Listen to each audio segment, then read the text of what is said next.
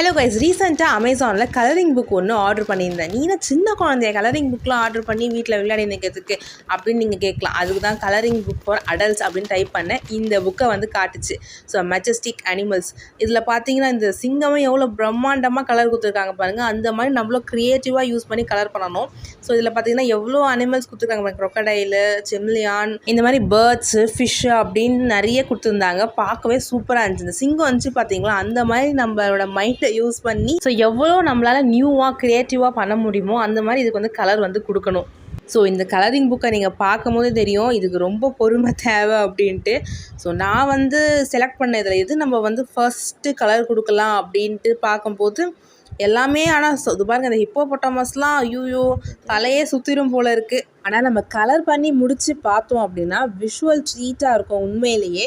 ஏன்னா நான் வந்து செம்லியான் வந்து ஃபஸ்ட்டு கலர் பண்ணேன். எது ஃபஸ்ட்டு கலர் பண்ணலான்னு பார்க்கும்போது செம்லியானோட வால் ரொம்ப பிடிச்சிருந்தது.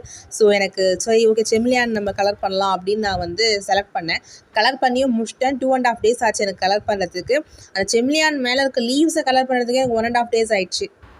ஆனால் ஃபுல்லாக முடித்து பார்க்கும்போது விஷுவல் ட்ரீட்டாக இருந்துச்சு கைஸ். ஸோ நாளைக்கு நம்ம சேனலில் இந்த செம்லியானை கலர்ஃபுல்லாக பார்ப்பீங்க. அதே மாதிரி இந்த புக்கில் இன்னொரு அட்வான்டேஜ் என்னன்னு பார்த்தீங்கன்னா, இதில் இருக்க ஷீட் எல்லாமே டியர் அவுட் ஷீட் தான். ஸோ நம்ம வந்து வரைஞ்சிட்டோம், இதை நம்ம கிழித்து நம்ம ஒட்டிக்கலாம், ஃப்ரேம் போட்டுக்கலாம், அந்த மாதிரியும் பண்ணிக்கலாம்.